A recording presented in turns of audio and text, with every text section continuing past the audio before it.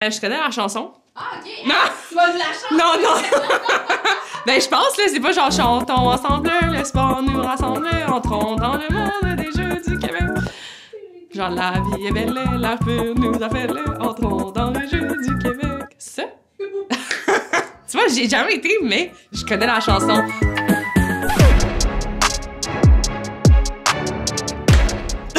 Je m'appelle Marie-Sophie Harvey, puis je suis une athlète professionnelle en natation. Je dis souvent que c'est un petit peu une job d'enfant parce que j'ai la chance de faire de la natation pour gagner ma vie. J'ai participé au championnat du monde junior à Dubaï où est-ce que j'ai atteint la 8e place aux 200 mètres papillon. Puis ils ont rajouté une règle que si tu faisais une équipe canadienne, t'avais pas le droit de faire les Jeux du Québec, puis c'était l'année que j'étais supposée faire, fait que je m'allais classer. J'ai commencé à nager au CAPS, à la piscine à Trois-Rivières, où est-ce que j'ai appris à faire mes premières longueurs à 6 ans. Quelques années plus tard, j'ai réussi à faire ma première équipe nationale à l'âge de 13 ans, où est-ce que j'étais la plus jeune sur l'équipe canadienne. Depuis, j'ai eu la chance de participer à 2 Jeux olympiques, dont ceux de Paris, dont je viens de revenir, où est-ce que j'ai terminé 4 fois 4e au pied du podium. C'est parfois un petit peu difficile à digérer, mais en même temps, quelques mois plus tard, j'ai participé au championnat du monde où est-ce que j'ai pu monter 5 fois sur le podium, donc je pense que le plus beau est encore à venir.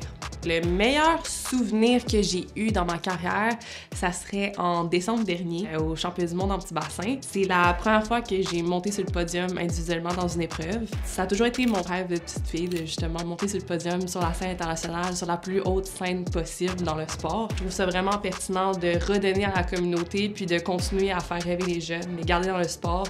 Puis si on peut aider, ben pourquoi pas.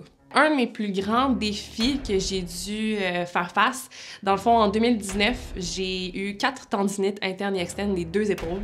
J'ai dû être en arrêt complet de natation pendant plus de 9 mois. Ça a vraiment été une période difficile parce que je savais pas si j'allais m'en sortir. Ça a toujours été une certaine dose d'anxiété, ne pas savoir qu'est-ce que le futur en natation avait pour moi. Puis finalement, je suis fière de tous les obstacles que j'ai eus, dont celui-ci. Ces dernières années m'ont vraiment montré que j'avais pas besoin de te mettre cette pression-là parce que j'avais oublié le pourquoi que j'avais commencé à nager.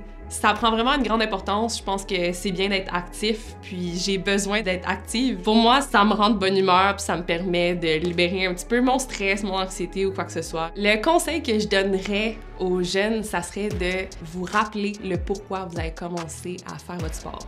C'est pour l'amour du sport, puis parfois, avec les années, on oublie cet amour-là parce qu'on se met beaucoup de pression, mais ce qui va vous différencier de vos adversaires, c'est votre amour pour le sport, puis les raisons du pourquoi vous le faites. Puis ça serait le plus gros conseil que je donnerais aux jeunes, c'est de continuer à avoir du plaisir à faire ce que vous faites.